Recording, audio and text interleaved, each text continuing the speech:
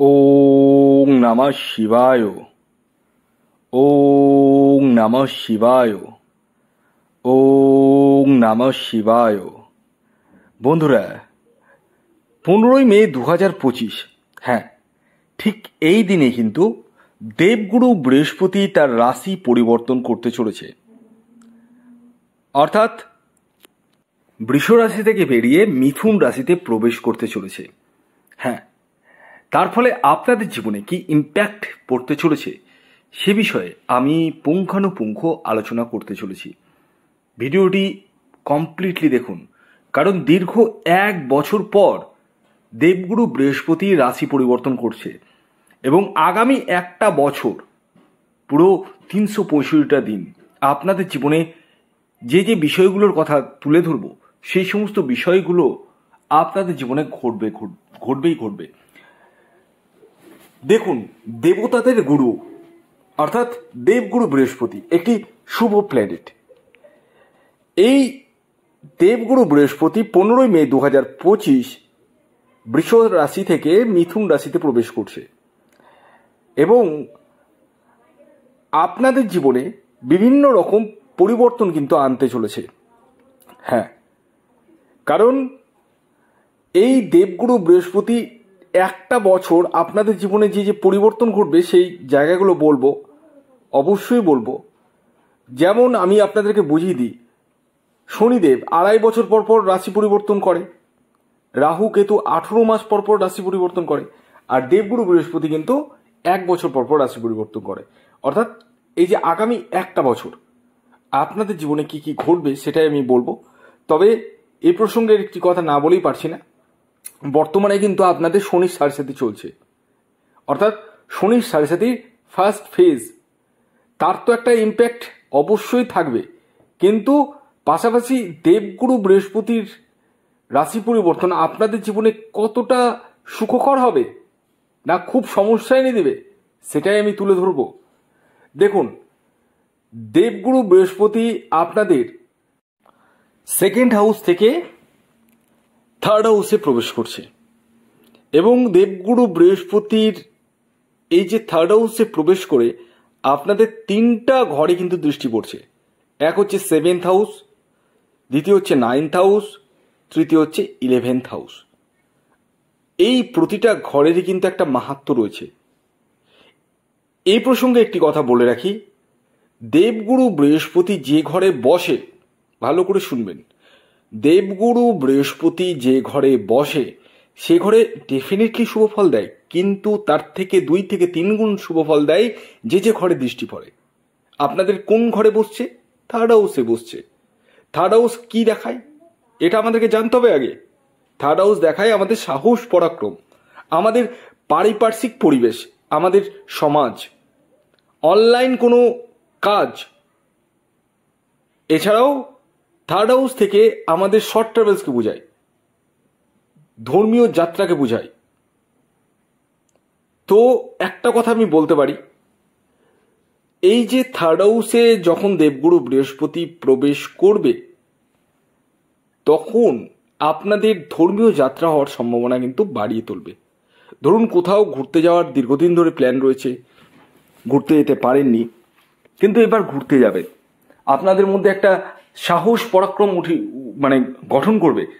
আপনারা এতদিন ধরে যে ছোট ছোট বিষয়ে একটু ভয় পেতেন সেই জায়গাটা কিন্তু কাটবে এবং পাশাপাশি যারা অনলাইন কোনো কাজের সাথে যুক্ত রয়েছেন তাদের ক্ষেত্রে কিন্তু যথেষ্টই বেনিফিটেড হওয়ার সম্ভাবনা রয়েছে। তবে দেখতে হবে আপনার নিজস্ব ব্যক্তিগত জন্মছকে দেবগুরু বৃহস্পতি কেমন পজিশনে রয়েছে। এর জন্য আপনাদেরকে জন্মছকটা বিচার করে নিতে হবে অবশ্যই। হ্যাঁ, কারণ বর্তমানে আপনাদের শনির সাড়েসাতি চলছে, সাড়েসাতি তো আপনাদেরকে পিছিয়ে ছাড়বে না।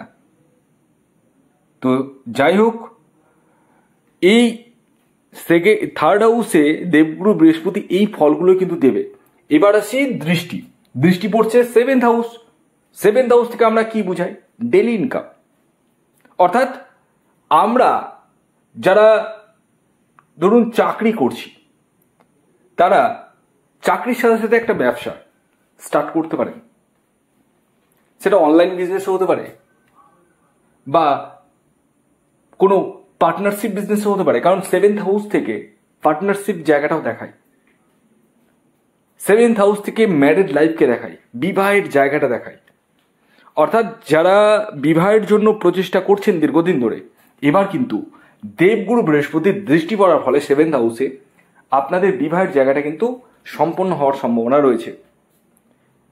এবং আপনাদের মানসিক স্ট্রেস যেটা ছিল, হ্যাঁ, যখন 2nd হাউসে দেবগুরু বৃহস্পতি 15 তারিখ পর্যন্ত যে রয়েছে, 15 তারিখ মানে 14 তারিখ পর্যন্ত রয়েছে, 14 তারিখ পর্যন্ত টানা একটা বছর ধরে আপনাদের দেবগুরু বৃহস্পতি 6th হাউস এবং 8th হাউসের দৃষ্টি পড়েছে। তো 6th হাউস থেকে কি দেখায়? রোগ, ঋণ, শত্রুতা, মানে শত্রুতার জায়গাটা বেড়েছিল সেটা কমবে, ঋণের জায়গাটা বেড়েছিল সেটা কমবে, এবং মানসিক যে মানে আনন্দ সেটা কিন্তু আপনারা পাবেন, এনজয়মেন্ট আপনাদের জীবনে কিন্তু আসবে। এবং পাশাপাশি আপনাদের দৃষ্টি পড়ছে 9th হাউসে। 9th হাউস মানে পিতার জায়গাটা দেখায়, 9th হাউস মানে ভাগ্যের জায়গাটা দেখায়, মানে ভাগ্য আপনাদের কিন্তু সাথ দিবে। হয় না, অনেকে কাজ করছে কিন্তু সেরকম ফল পাচ্ছে না, তো সেই ফলটা কিন্তু পাবেন, ভাগ্যের সাপোর্টটা কিন্তু পাবেন, পিতার সাহায্য পাবেন, পৈতৃক সূত্র থেকে অর্থ বা সম্পত্তি লাভের সম্ভাবনা রয়েছে। এবং পাশাপাশি 11th হাউসে দৃষ্টি, সফলতার জায়গা। ডেফিনেটলি সফলতা যখন আসে তার আগে আসে কর্ম।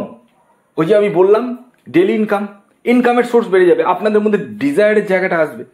ডিজায়ার 11th হাউস মানেই হচ্ছে ডিজায়ারের জায়গাটা আসবে, আপনাদের মধ্যে একটা ইচ্ছা শক্তি তৈরি হবে যে আমাকে এটা করতে হবে, আমাকে আরো বড় হতে হবে, আমাকে অনেক কিছু করতে হবে। এই যে ডিজায়ার, এই ডিজায়ারের জায়গাটা কিন্তু আপনাদের ফুলফিল হবে। তবে এ প্রসঙ্গে আবারও আপনাদেরকে একটু স্মরণ করে দিই, বর্তমানে কিন্তু আপনাদের শনির 7.5 চলছে।